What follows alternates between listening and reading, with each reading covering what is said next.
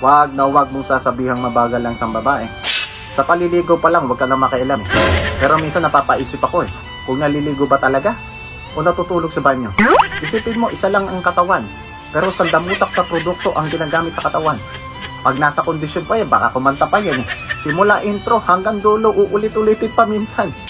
Sa telepono, nag-text ka o tumawag, hindi mo maopera sumagot yan. Pero pag ikaw, pinaghintay mo yan, pag-isipan mo na yung sasabihin mo. Kasi hindi yan masasayan sa simpleng sagot. Sabihin mo nga na busy ka lang eh.